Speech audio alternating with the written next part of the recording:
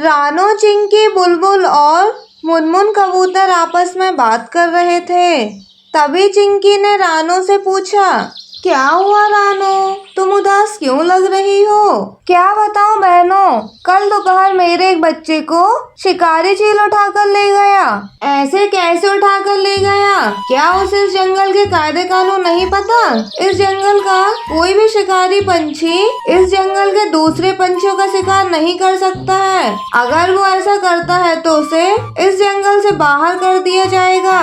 मौसी, वो कुछ दिन पहले ही हमारे जंगल में अपनी बीबी और बच्चों के साथ रहने के लिए आया है। शायद उसे जंगल के कायदे कानून पता नहीं है। रुको, मैं अभी ये बात राजा जी को बताकर आती हूँ। वो उसे बुलाकर जंगल के कायदे कानून बता देंगे। चिंकी समय ना गवाते हुए राजा जी के पास चली जाती है और उन्हें शिकारी चील के बारे में बताती है। अच्छा हुआ चिंकी जो तुमने मुझे बता दिया। मैं अभी उसे बुलाकर सारी बात समझा देता हूँ। राजा जी शिकारी चील को बुलाकर उसे जंगल के कायदे कानून समझा देते हैं। जी राजा जी, आज से मैं इस जंगल के किसी भी पक्षी का शिकार नहीं करूँगा। चील वहाँ से निकलकर बाहर आ जाता है। हे बड़े आए मुझे कायदे कानून सिखाने वाले। मेरी सहेलियों, मुझे तो उस शिकारी पर जरा भी भरोसा नहीं है। वो कभी भी पलट सकता है। वो हमारे बच्चों को खा ले, उससे पहले हमें ही कुछ करना पड़ेगा। कल सवेरे तुम सब अपने अपने बच्चों को लेकर मेरे घर आना। आगे का प्लान मैं वहीं पर बताऊंगी। अगले दिन सभी पंछी अपने अपने बच्चों को लेकर चिंकी के घर पर आ जाती हैं। बताओ चिंकी, क्या प्लान है तुम्हारा? अब तक हम हमारे बच्चों को घर पर अकेला छोड़कर अनाज लेने के लिए जाते थे और आगे भी हम ऐसा ही करेंगे। तो इसमें नई बात क्या है? खतरा तो फिर भी बना रहेगा। अरे बुलबुल बहन, मेरी आगे की बात तो सुनो। हाँ बताओ। जब भी हम अनाज लाने के लिए घर से बाहर जाएंगे, हम अपने बच्चों को घर का दरवाजा अंदर से बंद करने के लिए कहेंगे और वापस आने पर हम अपनी आवाज निकालेंगे। जैसे ही बच्चे हमारी आवाज को सुनेंगे तभी वो घर का दरवाजा खोलेंगे। जब तक हम हमारी आवाज नहीं निकालेंगे तब तक बच्चे दरवाजा नहीं खोलेंगे। ये तो बहुत अच्छा प्लान है आंटी, लेकिन मम्मी जब आप अनाज लेकर वापस आओगी तब कौन सी आवाज निकालोगी? बंटी बेटा, मैं ऐसी आवाज निकालूंगी। और मम्मी आप? मैं ये आवाज निकालूंगी।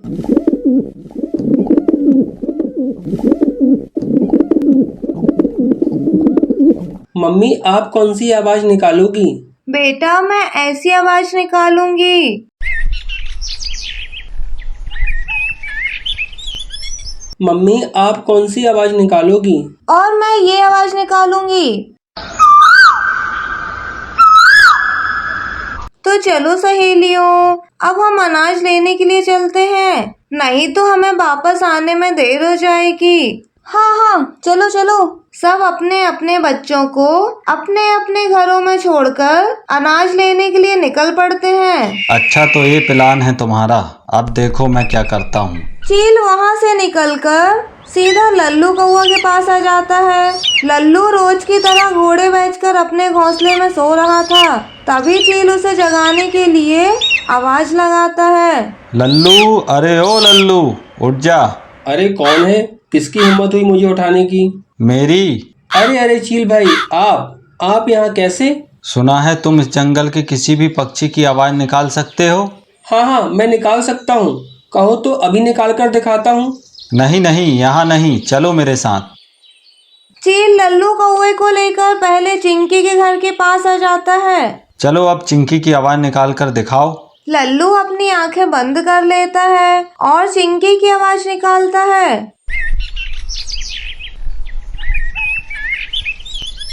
लगता है माँ आ गई। जैसे ही बच्चे दरवाजा खोलते हैं, चील चिंकी के दोनों बच्चों को पकड़कर अपनी बोरी में डाल लेता है। फिर चील भाई, कैसी लगी मेरी आवाज?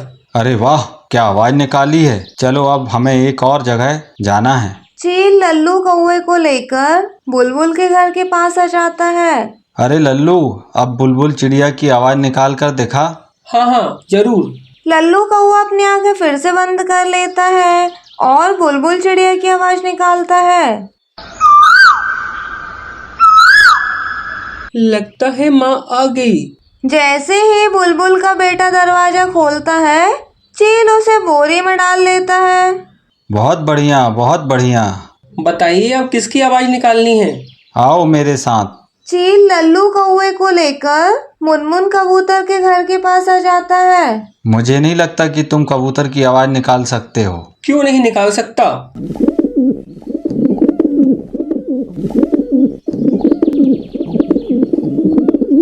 सुनो, तुम तो सच में बहुत होशियार हो, लेकिन मुझे नहीं लगता कि तुम टोनी चिड़िया की आवाज निकाल सकते हो।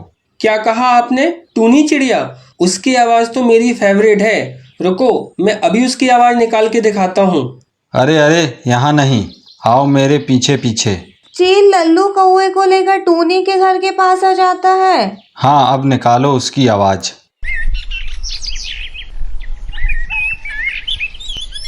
शाबाश, मान गए तुम्हें। बस एक आखिरी बार, क्या तुम रानू चिड़िया की आवाज निकाल पाओगे? हाँ हाँ क्यों नहीं, अभी निकालता हूँ। अरे अरे, यहाँ नहीं। लल्लू कौवा ये समझ ही नहीं पा रहा था कि चील उसे उल्लू बना रहा है। चील उसकी आवाज की तारीफ पर तारीफ किए जा रहा था और लल्लू कौवा चने के झाड़ पर चढ़े ही जा रहा था। आखिर में चील लल्लू को लेकर रानू चिड़िया के घर के बाहर आ जाता है। लल्लू जी, अब बस एक आखिरी बार आप रानू चिड़िया की आवाज निकालिए। लल्लू फिर से अपनी आंखें बंद कर लेता है और रानू की आवाज निकालने की कोशिश करता है। अरे ये क्या, मुझे रानू चिड़िया की आवाज निकालनी क्यों नहीं आ रही है? कोई बात नहीं, एक बार फिर से कोशिश करो। लल्लू रानू की आवाज निकालने की बहुत कोशिश करता है, लेकिन उसे आवाज निकालना नहीं आता। अब मैं और इंतजार नहीं कर सकता, मेरे पेट में चूहे दौड़ रहे हैं। इससे पहले वो चिड़िया वापस आ जाए, मुझे यहाँ से खिसक लेना चाहिए। मैं एक बार फिर से कोशिश करता हूँ, इस बार मैं आवाज जरूर निकालूंगा। लल्लू जी, आप कोशिश करते रहिए, मैं जरा जाकर आता हूँ। ठीक है। चील वहाँ से 9-2-11 हो जाता है। बहुत कोशिश करने के बाद लल्लू रानू की आवाज निकाल ही लेता है। ये मम्मी आ गई, मम्मी आ गई। जैसे ही बच्चा बाहर आता है, उसको अपनी मम्मी की जगह लल्लू कौवा दिखाई देता है। लल्लू मामा, आप यहाँ पर कैसे, और मम्मी कहाँ पर है? मम्मी तो अंदर होगी ना बेटा। नहीं मामा, मम्मी अनाज लेने के लिए बाहर गई है और मम्मी ने कहा था जब तक मैं मेरी आवाज नहीं निकालती तुम घर का दरवाजा मत खोलना। अभी अभी मुझे मम्मी की आवाज आई थी, इसलिए मैंने दरवाजा खोला। अरे बाप रे, अब मैं सारा खेल समझ गया। ये तो मुझसे बहुत बड़ी गलती हो गई। अब मुझे ही मेरी गलती सुधारनी होगी। बच्चे, तुम अंदर जाओ और अंदर से दरवाजा लगा लो। जब तक मम्मी नहीं आती तुम दरवाजा मत खोलना। बच्चा अंदर से दरवाजा लगा लेता है। वो बदमाश चील ज्यादा दूर नहीं गया होगा। इससे पहले कि वो बच्चों को खा ले, मुझे उसको ढूंढना होगा। इधर चील बच्चों को बोरी में भरकर अपने अड्डे की तरफ जा रहा था, तभी वो रास्ते में थक जाता है। अब थोड़ी देर आराम कर लेता हूँ। वैसे भी ये बच्चे कहाँ भागे जा रहे हैं, मैं तो इन्हें बड़े शौक से खाऊंगा। ऐसा सोचकर चील बोरी को पेड़ के नीचे रख देता है और खुद पेड़ पर आराम से सो जाता है। चील का पीछा करते करते लल्लू उस पेड़ के पास आ जाता है। लल्लू ने देखा चील आराम से घोड़े बेचकर सो रहा था, तभी उसकी नजर नीचे रखी बोरी पर गई। सभी बच्चे हिलडुल रहे थे। बच्चों को जिंदा देखकर लल्लू की जान में जान आ गई। वो चुपके से बोरी के पास आ जाता है। बच्चों डरो मत, मैं हूँ लल्लू मामा। मैं तुम लोगों को यहाँ से ले जाने आया हूँ, बस तुम लोग शांत रहो। लल्लू ने बोरी खोल दी और एक एक करके बच्चों को बाहर निकाला और फिर उसने बोरी में बड़े बड़े और बच्चों ने छोटे छोटे पत्थर भर दिए। फिर सभी एक बड़े से पेड़ के पीछे छिपकर चील के जागने का इंतजार करने लगे। इतना सब होने के बाद भी चील गहरी नींद में सो रहा था। उसे इस बात की भनक भी नहीं थी कि बच्चे बोरी से आजाद हो चुके हैं। थोड़ी देर बाद चील नींद से जाग जाता है। चलो, अब नींद भी अच्छे से पूरी हो गई है तो मुझे और भी ज्यादा भूख लग गई है। जल्दी से मैं अपने अड्डे पर जाता हूँ और इन बच्चों की अच्छे से दावत उड़ाता हूँ। चील बोरी को उठाने की कोशिश करता है।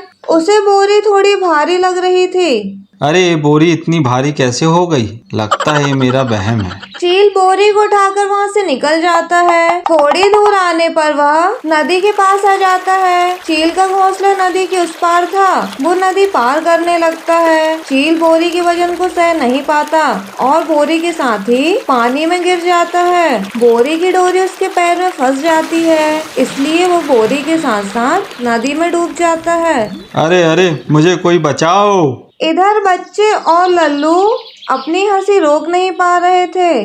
चलो बच्चों, मैं तुम सबको अपने अपने घर छोड़ देता हूँ। लल्लू बच्चों को लेकर वहाँ से निकल पड़ता है और सबको अपने अपने घर छोड़कर वो अपने घर चला जाता है।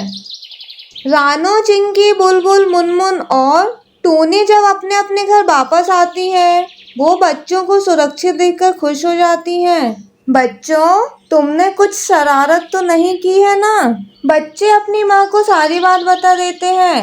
उस शिकारी चील के साथ तो ऐसा ही होना था। उसे अच्छा सबक मिल गया। अगर आपको ये स्टोरी पसंद आए तो please like, share and subscribe जरूर करें। Thank you.